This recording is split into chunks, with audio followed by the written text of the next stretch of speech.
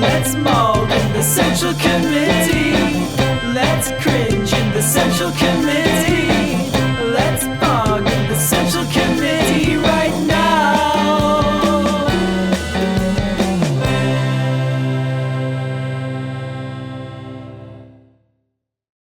All right, chat. Here's a story. Here's a video that really, I know I'm doing a hard pivot here, but it's something I want to get in here. And it's absolutely one of the most disgusting and disturbing things I've heard. This is another video from Vice News that I wanted you to check out called "Violence Against Black Trans Women is One of the U.S.'s Deadliest Epidemics." You know, I go to therapy every week, you know, and I see a psychiatrist. I take Prozac for the anxiety, and I take medication to keep me from dreaming because the nightmares just got too bad. I would love to dream again. I would love to dream again.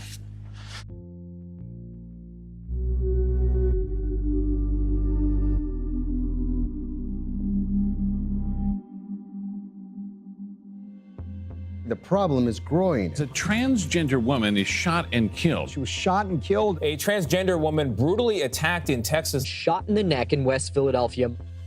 One of the deadliest epidemics in the U.S. is violence against Black transgender people. The Human Rights Campaign says at least 44 trans or gender nonconforming people were murdered in 2020, making it the deadliest year on record.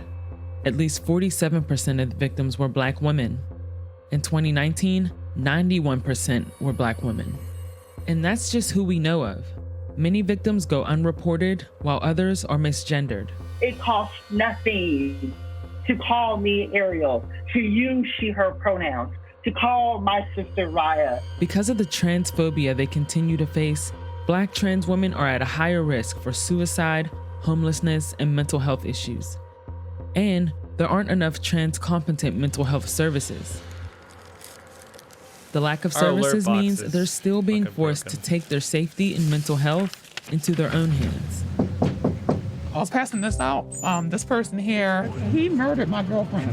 He the one that did that? So if you see this person, please call in. It's a $25,000 reward. All right, I will. Thank you so much. I appreciate you. Every weekend, Kendall Stevens hangs wanted posters around Philadelphia. She's determined to get justice for her friend, Dominique Remy Fells, whose body was found dismembered in June.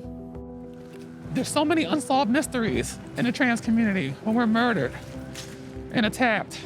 And that plays on your mental health too, because you know that if something happens to you, there's gonna be no justice. I don't care if it's raining, snowing, sleeting, hailing, I will be right out here because he's out there. Police announced Akhenaten Jones as a suspect shortly after her murder, but he's been at large for 3 months. And that house right there is where... So one of the things I talk about frequently is that the United States of America has the least effective major crimes investigation rate of any other first world country. In Norway, they get between 95 and 100% of murders are what are known as closed. Meaning they get a suspect arrested for almost every single murder. In America, in some cities, it's 60%, 50%.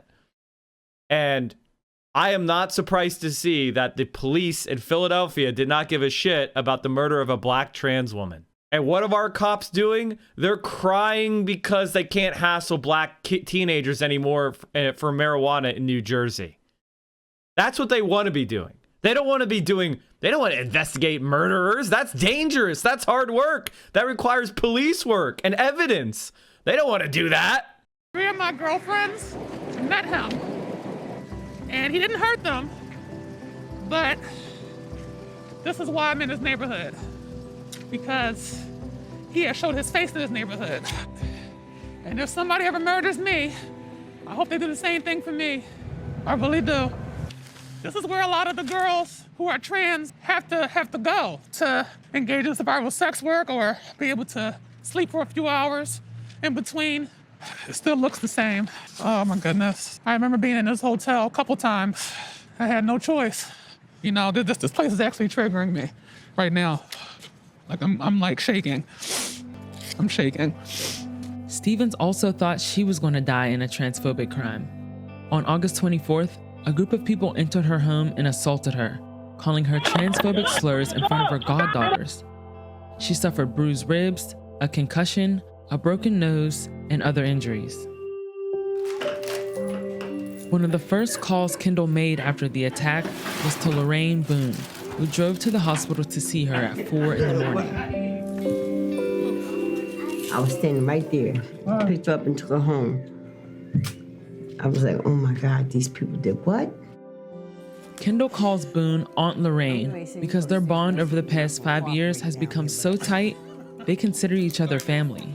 I've always felt the full impact of the pain and the hurt and the suffering because I never resorted to drugs. So when I got assaulted, I felt the assault. When I got beat, I felt the beating. When I was left out there in the cold, sleeping on park benches, sleeping in tents, sleeping on the floor, sleeping on grates downtown, sleeping in dumpsters. I wish I knew you back then. I know. We would have fallen into one of the warm beds upstairs, boo. From day one, has accepted me.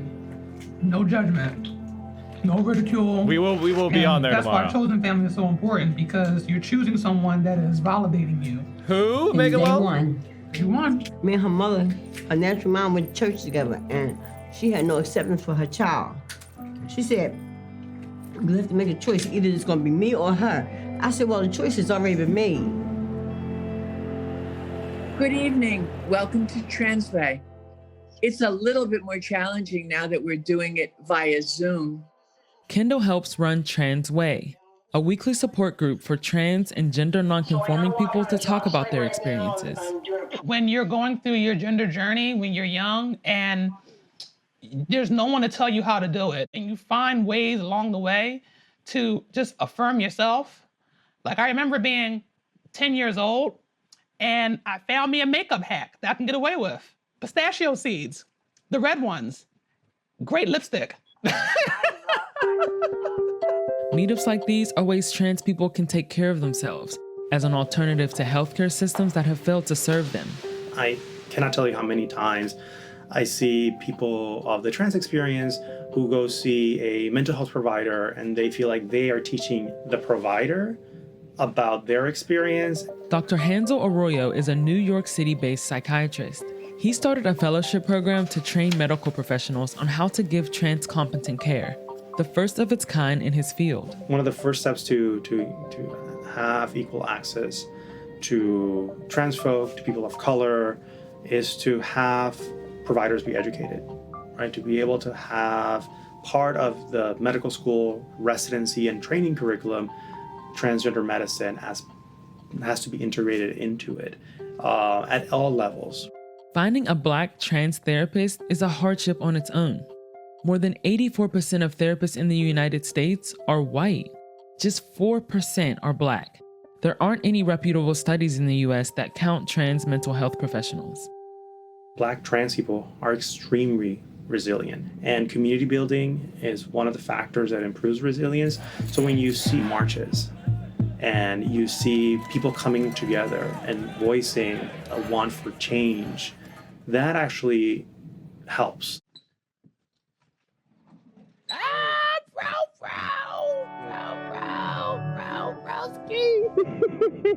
How you doing, baby? Where you want this at? Oh, we went upstairs in the back room. Look, more exercise. Wait, there might be the boondocks. Chore one. So, I got these. Everybody got their own personal Yeah. ones. They don't got to burn their fingers. Right, that. And then we worry about like trying to share them so much. What's so amazing about is the strength and resilience of these people is truly breathtaking. I don't know that any of us in the chat, I'm sure there are a few of you that have handled stuff like this, but geez, oh man. This is why showing support for these marginalized communities is so important if you're a leftist. You've got to do your best to support these people in your local community. Right. And booyah. Oh, I love it. Look at the quality of though. Get into the quality of that. That's Look. how my writing look. I got the same writing on the cups. There we go. Sky lantern. Oh, upside down. Shooting star. I never lit one before. This will be my first time. Yeah, like I want to light one and see how it look. Is that supposed to be falling? Okay. Move that. There we go. You're supposed to put it outside. Oh, don't get the car. Oh, don't get to my house. It's going up. Oh, snaps. That's like Marjorie, I swear. She's a piece of work. It don't look like a star. It do, don't it? Yeah. So I'm thinking, there's 33 people. But we want to add some more people too because I want to include those who are trans that died of suicide and from like drug overdoses. We're gonna watch that video this weekend, Platypus streaming. Because either way, that still got something to do with really chat. Does because that's the reason why they did that, because of being bullied. Being bullied, transphobia, you know how that go. It's indirect. It's It not either like, go to suicide or drugs. right, because sometimes it's not so much a shotgun, it's like slow poison. Yeah. But this is gonna be decent. Like I can't wait. I cannot wait. I'm so hyped right now. Welcome to Philadelphia's Transgender Day of Remembrance. A big part of coming together is paying tribute to those who've died. Kendall helped organize the Trans Day of Remembrance, which was created in memory of Rita Hester, a Black trans woman who in 1998 was stabbed to death and then misgendered in news coverage. This year's event was special though. Okay, first name is Dustin Parker. Dustin Parker was 25, was fatally shot in Oklahoma early on New Year's Day. Tony McDade. Now we all know this person. Dominique Remy Fells. She was a friend of mine. She was a mentee taken away from us too soon. I was happy to have been able to raise $25,000 to find the suspect in her murder. And he was found. They found the bastard. Police say Akhenaten Jones was arrested A few weeks before the event, police found Jones in Los Angeles, where he's currently waiting to be extradited to Philadelphia and face murder charges. I'm gonna pay for what he did to my girlfriend.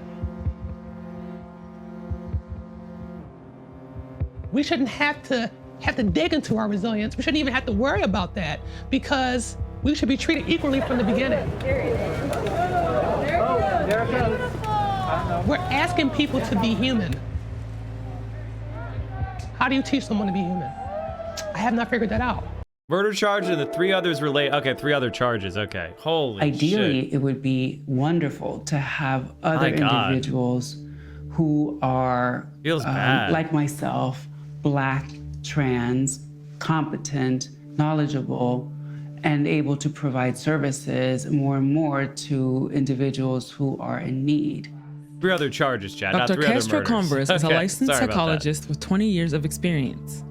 A Black trans woman who is growing up and kind of going against the norm most likely will be bullied. I think that over time is almost like emotional calluses that allow the person to deal with a lot of the unkindness that can be experienced. And along with that, there are people and situations that are kind, that are supportive, that are helpful, and along with that, build that resilience. It's personal for Dr. Castro Converse. She's known Kendall and has served on advisory boards and panels with her.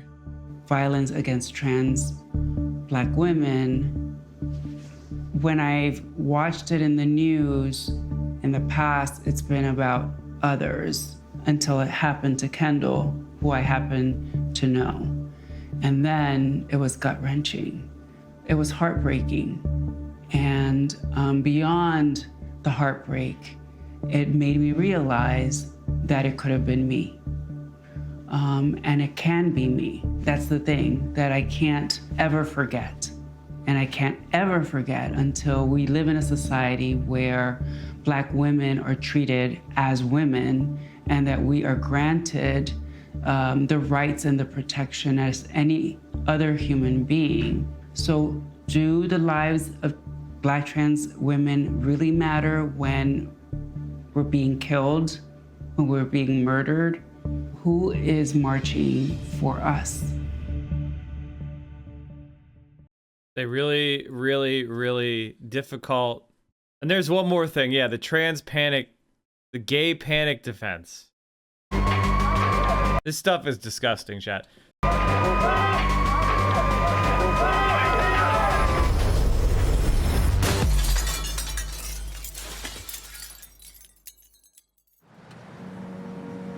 What's fucked up is how hard they make it to buy a house for an $800 mortgage, but they insist you stay renting at $1,200. Isn't that curious? Islam was...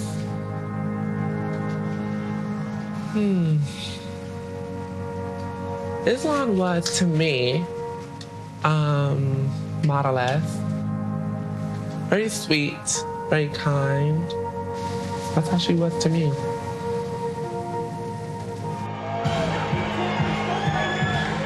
Alani Houston knew her friend Islan Nettles from New York's Vogue and ballroom scene.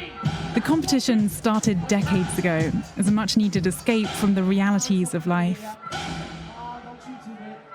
An arrest tonight, 18 months after the hateful attack of a transgender woman in Harlem. Islan Nettles was called names and then beaten. She died a few days later, but now a man faces manslaughter charges in her death. James Dixon admitted to the police that he'd beaten Nettles to death. He said he'd been drinking that night and had just met her for the first time. I happened across the street thinking that two other people were females, which they weren't, and we engaged in conversation. And I guess a friend of mine must have realized, that was a guy instead of a girl, and he yelled out, what it was. As I pushed away, trying to leave, I guess he must have pushed back, while I was drunk. So I got enraged, and then I attacked. The punches knocked Nettles over. She fractured her skull and her eye socket. At a hospital, she was declared brain dead, and days later, she was taken off life support. To me, it just sounded like it was something that he just came up with, Or maybe you did know she was trans, and maybe you did like her, and maybe you just didn't like the fact that your buddies didn't think that was cool. You'll have a lot of straight men that'll fetishize trans women and want to have sex with them and want to do these things behind the scenes or late at night or behind closed doors. I didn't want it to turn out to be a hate crime. I don't go around gay bashing people. I don't care about what they do, but I just didn't want to be fooled. I took a lot. My pride was at stake. Dixon wasn't charged with a hate crime. It's not going to happen again. Though Islan's mother campaigned unsuccessfully for that. Sure, that does not happen again. You understand me? I want justice. Instead, he carved out a deal with prosecutors, pleading guilty to manslaughter for a sentence of 12 years, rather than the recommended 17, thanks to a legal strategy called the Gay and Trans Panic Defense. What is the trans panic defense? It's when a jury is asked to find that the gender or sexual orientation of a victim is the cause for their assault, including their murder. It is not a standalone legal defense, but it's used with other defenses at trial. And it's not a complete bar to criminal liability, but it's used as part of the story that the defendant is telling at trial to explain their actions. So basically, it's about changing what would be a murder to an unlawful killing, a manslaughter, right? Like, you just saw red because you felt threatened by their sexuality and you didn't know right from wrong at that point. So, yes, you killed them unlawfully, but you're not a murderer. That was a manslaughter. So you get, 7 to 12 years in prison instead of 35 years to life. In these cases, people are assaulted, they're murdered, and their assailant then gets to say, I lost control because of you. I committed these heinous acts because of who you are intrinsically. We don't have this defense for cisgender people or heterosexual people. We don't say, oh, your heterosexuality made me kill you. The American Psychiatric Association doesn't believe that gay panic even exists as a mental condition. But the defense has been around for almost 100 years and is still allowed in 44 states. Dixon's case brought attention to it, but when we met with him, his story had changed from what he told the cops. I mean, I really wasn't in a sober mind, you know, I was intoxicated. And I just happened to fall as I ran across the street, and we just collided and everything just went wrong. So you just bumped into her? Yeah. The version of events that everyone else there, including yourself, at one point have said is that you're walking down the street, you got into chatting to Isla Nettles, you believed that she was a woman, you were hitting on her, and someone told you that she was a man. At that point, you got extremely angry. You asked her if she was a man, and you beat her. No, that don't even sound. How does that really sound to you? You hand. I mean, it sounds a lot more realistic than you tripping into someone and then beating someone to death. You don't beat someone to death unless you have some real emotion behind it. No, not at all. Because people attack people for no apparent reason. It just happens. Wrong place at the wrong time, being with the wrong people. We've been writing letters to each other, and in the letters you wrote, I'm attracted to females and females only. Yes. What do you mean by that? Like someone as yourself. You're female. You're very attractive. Thank you. I don't think we need to get into that. Why is it important for you that you tell this version of events? Because that's what actually happened that night. Nothing in them statements and those videos was true. Critics of the gay and trans panic defense say it lets defendants like Dixon change their stories and manipulate the facts to escape accountability. But Dixon is one of the last New Yorkers to actually use it. The state banned it last month. This bill is dedicated to the memory of Matthew Shepard and Isla Nettles, two proud members of the LGBT community who were murdered and whose sexual orientation and gender identity and expression was used against them. I vote aye. Someone being trans doesn't excuse you from murdering someone. You know, like you're taking someone's life. Like, this is a human being. What's the music? Ladies and gentlemen, let it be known this category is an epic category here at the Latex Ball. Every girl that hits the floor tonight wants to win. Every girl that hits the floor tonight wants to make a moment, but it's like, I think that there's a lot of lovely girls that don't know that they're lovely. Us as trans women are oftentimes told what is wrong with us opposed to what's right. And we hear it a lot from family or friends or even other trans women, you know. What's wrong with you? What don't you have? Or, you know, instead of embracing what you do have and what's right about you. And what's so disturbing about all this stuff, chat, is that society is changing. A record 5.6% of U.S. adults identify as LGBTQ, at poll shows, and young people are driving the numbers. So what's actually happening is guys like that are so scared of their own identity that they lash out on other people who aren't scared of their own identity, who are living their lives authentically.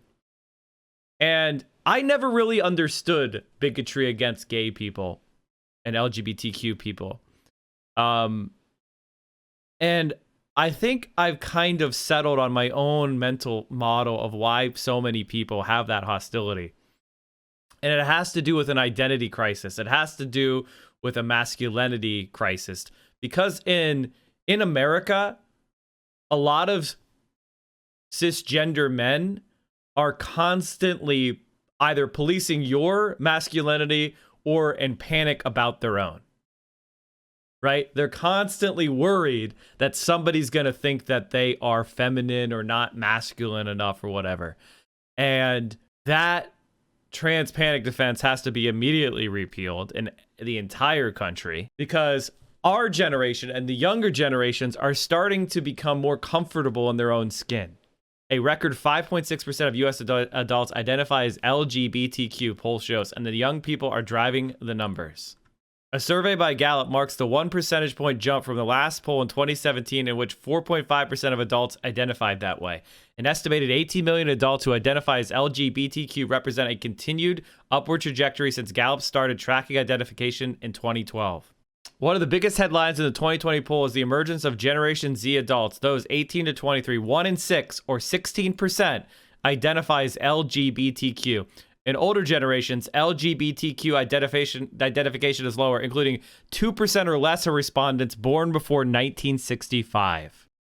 So you were probably surprised to hear that it was that low, but the reality is, in this generation where it's accepted as normal, 16% of people are identifying that way. Among LGBTQ adults, a majority identify as bisexual, about a quarter identify as gay, 11.7% as a lesbian, and 11.3% as transgender. Generation Z again leads the way. 72% who identify as LGBTQ say they are bisexual.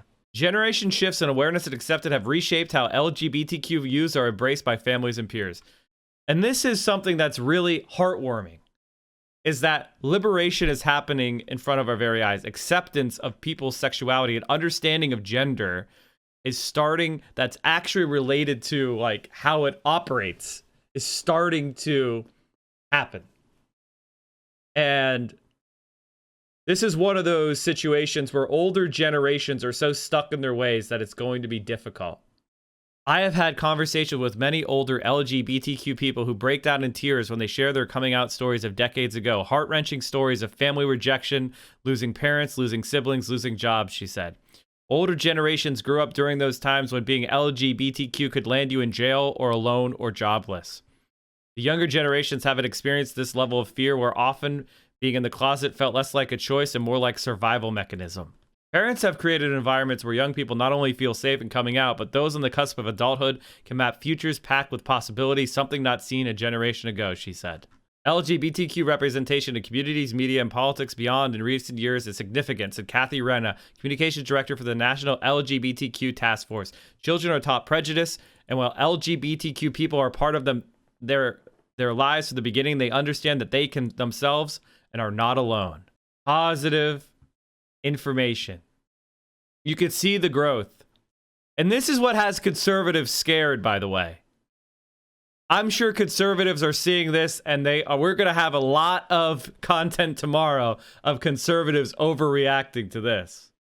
Less than 20 years ago, just being in a same-sex relationship could be a crime.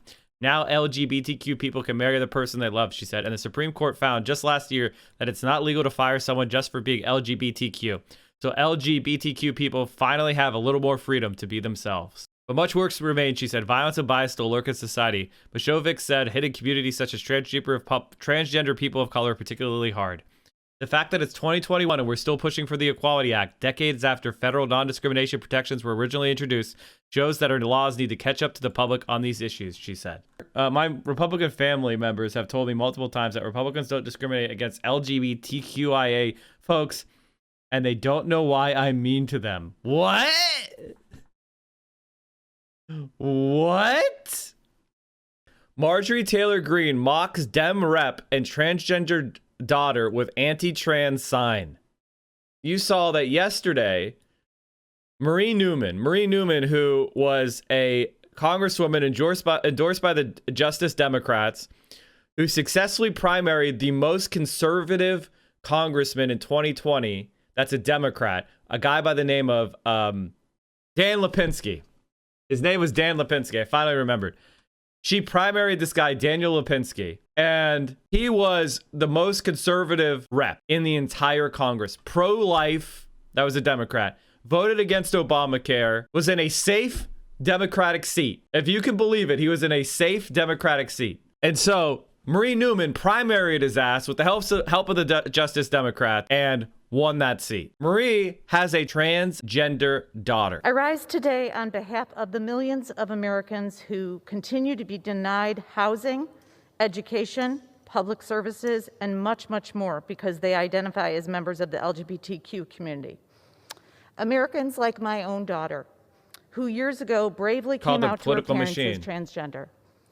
I knew from that day on my daughter would be living in a nation where most of its states She could be discriminated against merely because of who she is. And yet, it was still the happiest day of my life. And my daughter has found her authentic self. And as any mother would, I swore that I would fight to ensure this country changes for the better.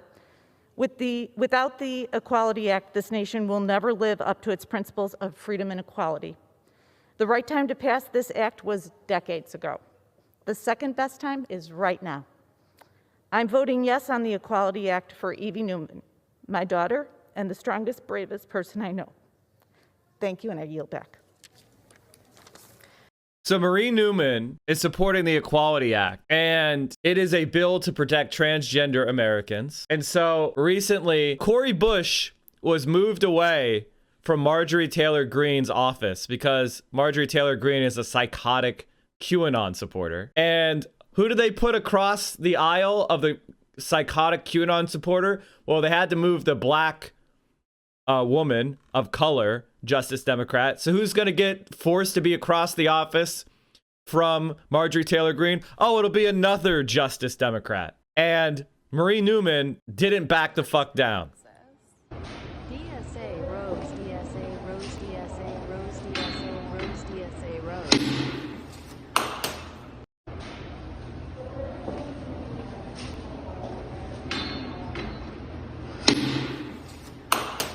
And you saw that speech. So let's see. Let her talk about it. It was never meant to be a fight. It was a statement I felt very necessary. This woman has supported insurrection. She voted against the election. She believes in a wide variety of conspiracy theories. She has been called out any number of times. But on this issue yesterday, she tried to block the Equality Act. And I felt as though she needed to hear from us. And what I mean by that is that I just wanted to make a statement so that she sees LGBTQ plus people. And so the symbolism was simply to put the flag out there so she has to see our community every day. I'm immensely proud of my daughter, and that's all anyone is asking for, is to be treated as anyone else. And that's what I want Representative Greene to see. So when you walked outside of your office and you saw that sign that she put up that said there are two genders, male and female, trust the science, what were your thoughts? Well, two things. I thought, wow, she's got a lot of time on her hands because she would have to go get that printed. She has a lot of time on her hands because she has no committee assignments. So she just sits in her office doing nothing, waiting for floor votes. She got removed from all her committees. So she has a lot of time on her hands. Decide that this is the right thing to do. So it kind of wild on a bunch of fronts. But, further, what I would say is that she's welcome to her sign. No one's buying it, and that is not science. Well, I mean, not only that, she likes science. I mean, this is the same congresswoman who proudly doesn't wear a mask in close confined quarters, as we saw, I believe, on January 6th. Anyway, so Facebook took down our video of me putting up the transgender flag outside my office and labeled it as hate speech. Meanwhile, they're still allowing Marjorie Taylor Greene's transphobic video to be posted. Supporting transgender Americans is not hate speech. Oh, God, I hate to do this. Is she banned on Twitter again? Oh, here we go.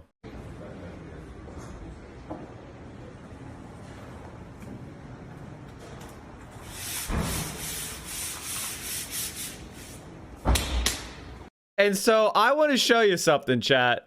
This is the Republican Party now. That's the Republican Party. You can't be a Republican unless you're a bigot. It's just that simple. We already knew that Trump was bigoted when he called Mexicans rapists and criminals, when he went after the Central Park Five, even after somebody else confessed to the crime that those boys were charged with. He said they should get the death penalty anyway. That is what the Republican Party is. And it's continuing to this day. And I'm reminded by something that Noam Chomsky said about the Republican Party. And I think that a lot of leftists, listen, I hate the Democratic Party. I oppose a lot of the centrists in that party for being dog shit, but you gotta be honest here. The Republican Party is an existential threat to the survival of humanity. I think they may be, and let me just let Noam Chomsky put it more eloquently than I ever could. Republican Party, you said, is the most dangerous organization in world history. Can you explain? I also said that it's an extremely outrageous statement. But the question is whether it's true.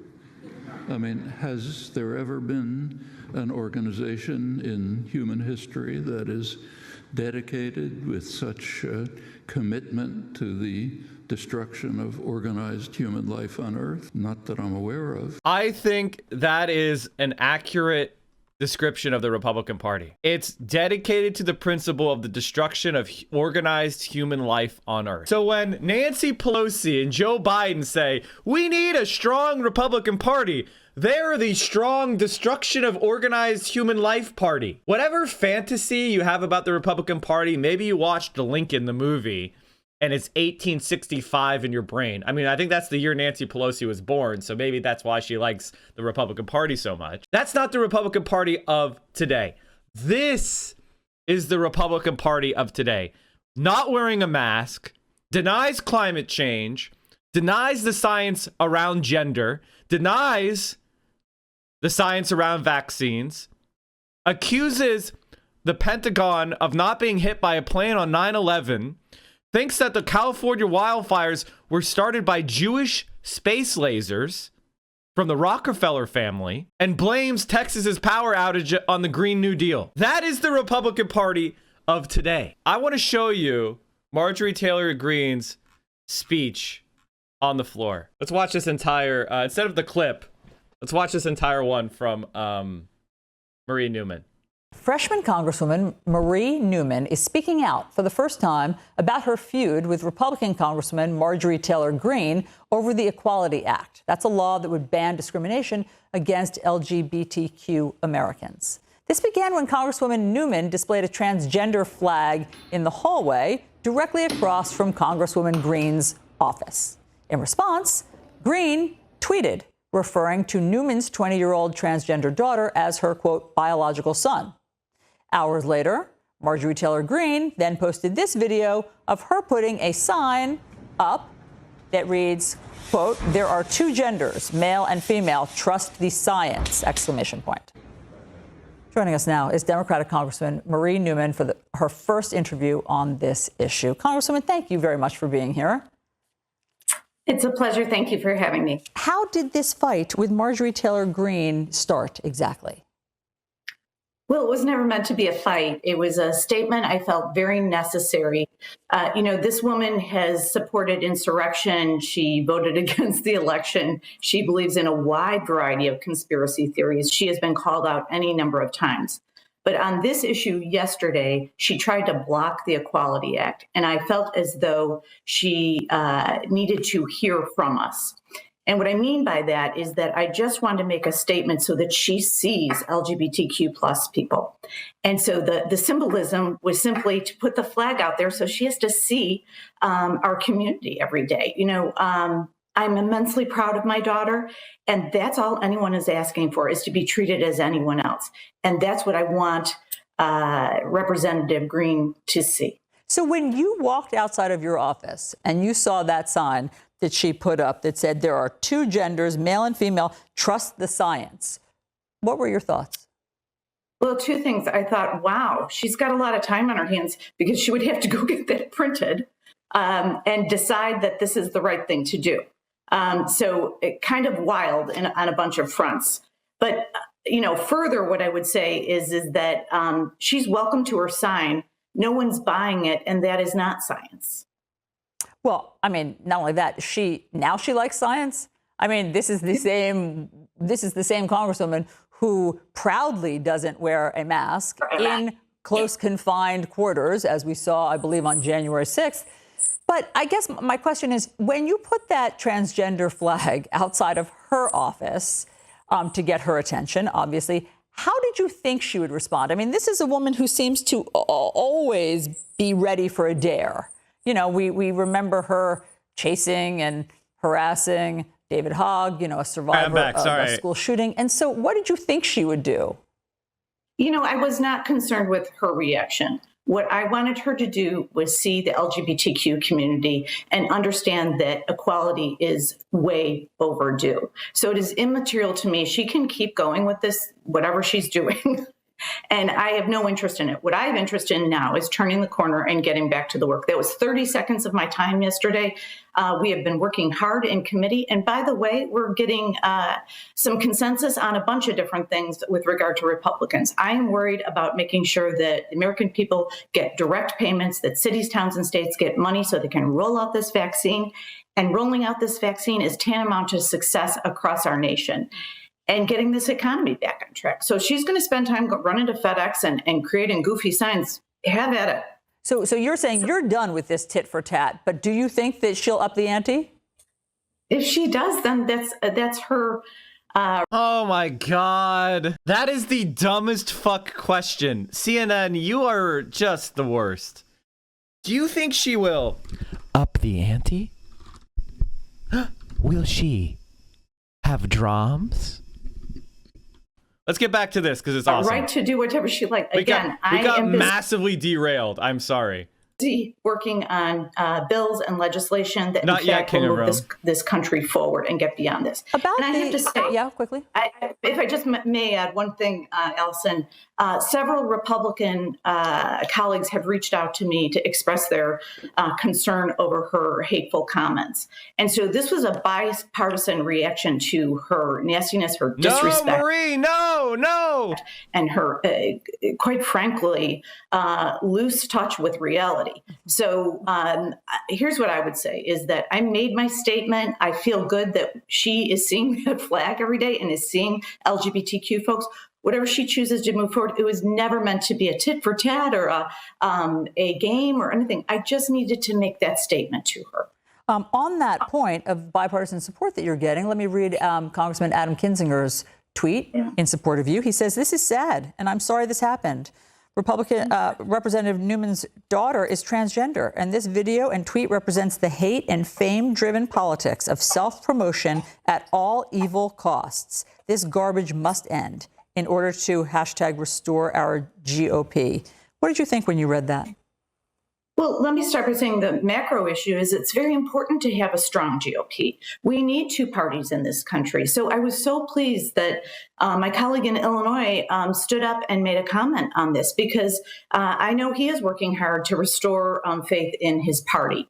And that's really important. By the way, moderate Republicans have reached out to me on bills and on ideas, and we are working together. So her divisiveness is in her corner of the party. And I don't think it's going to be successful. I might be eternally the optimist, but we are working together. We are getting bills out the door, and we are finding consensus on restaurants, on economic issues for the American people. But here's what I can guarantee you is that Democrats are going to deliver. And we're going to deliver strongly, and we're going to keep going. So if she wants to spend time on signs and running around being nasty, rock on. About the Equality Act, can you tell our viewers exactly what it is? And Congresswoman Greene and her allies and supporters seem very concerned about the idea of transgender women competing in women's sports. So can you address that concern of hers? Certainly. That's called a gigantic red herring. That is introducing something that has nothing to do with anything.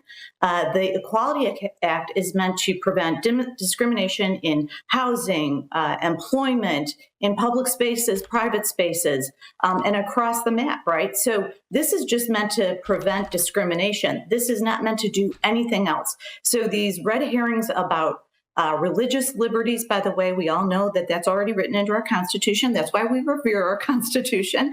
And red herrings about, she said something vile about bathrooms to my daughter and misnamed her. So she can keep being vile and she can keep coming up with red herrings. The Equality Act is just simply about creating a equal world for everybody. Take a break, Mike, and watch the Feel Good's Cory Bush eye candy. Okay, Melanie, I swear to God, if this is not Cory Bush eye candy, you are getting... I guess because I'm a hat maker, I thought she might like a hat. The hat is right here next to me. I have not seen it. Aw, this is pause. Thank you. I picked out this special one, and I hope it's the right one. Oh, I love it. Look at that. Oh my goodness.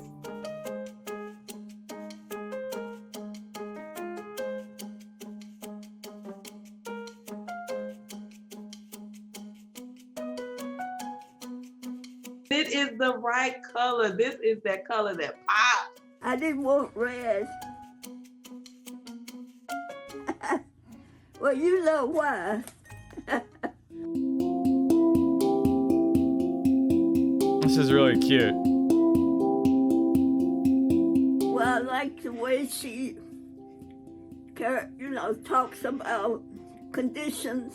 It's white supremacy, supporting white supremacy in this country. And we will not sit by and sit back and allow that to continue. She looked like she would be able to push things along for better conditions. I forget the materials. Some you can make by hand, and some you pull out a block. I have wooden molds, and you pull and steam and shape and pull.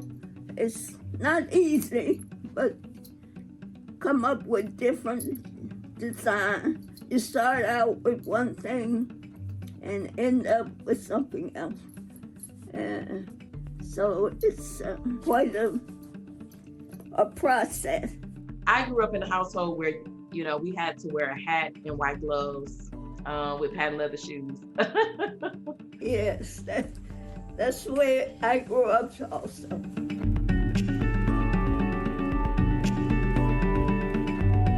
Damn. This is really wholesome. She was very nice, and she enjoyed wearing hats. Yes. And she always had a hat. We don't wear hats anymore because of cars. Doesn't that suck? A staple for me. I might, good for me because I don't look good in hats. Put But in order for a couple more colors because this is beautiful.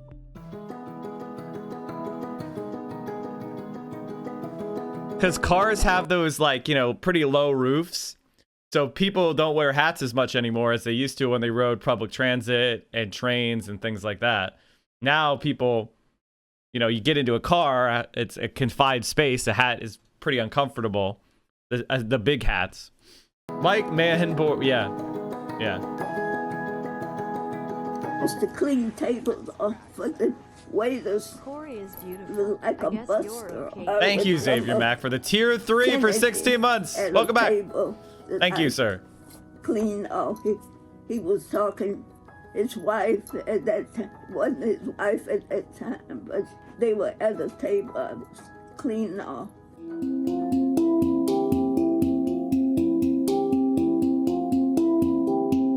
I finally got a job with them working in the hat shop, selling supplies, and as a stock person, keeping things together.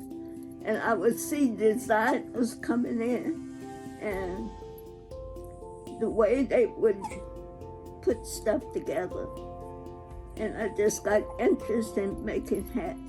How many hats do you think you've made in your entire life? Oh, I can't count.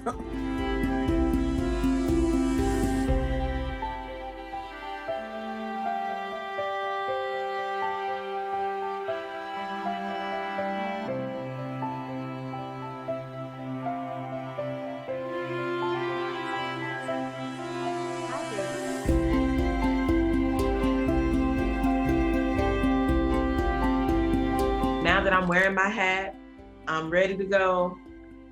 What advice would you give for me, because you have had this long, amazing career? Just keep on working. It's not easy, and there's a lot of problems, but You have to keep trying to correct the problem and keep on trying to see that people do the right thing.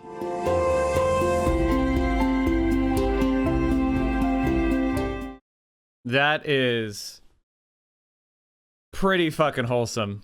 Thank you for that. That was really wholesome as hell. It's really good to see that kind of stuff. Who would have thunk it? We do politics here every morning starting at 10 a.m. 10 a.m. Eastern, 7 a.m. Pacific. You can watch us here on Twitch. We're the morning guy. The morning politics guy. Politics Frogs in every single day. Same time, 10 a.m. Day in, day out. And we carry you through your morning and early afternoon politics needs. And if you need more, Mike from PA, we have a YouTube channel. We talked about suburbs, the My Pillow guy, Ted Cruz. We talked about DSA. Amazing. Making fun of Tim Pool. Amazing. Look at all of these amazing videos. Get in there, watch them. We have me on Twitter. You got to follow me on Twitter, chat. I'm at 20,614 subs. That means I got like 40 followers on Twitter in the last day. You can do better than that. You can do better than that. Go follow us on Twitter. And of course, join the Discord, where we have an incredible community of left-wing streamers. We have left-wing community. We talk about the stream. We talk about politics. There's gaming content. It's a really awesome, supportive place. Direct action, mutual aid. And you can just let off some steam. And also, you can help produce the show. One of the things I do is I look at the links that are put into the news content suggestions chat room on the Discord. Join the Discord, come hang out, and maybe what you want me to talk about will be part of the next show.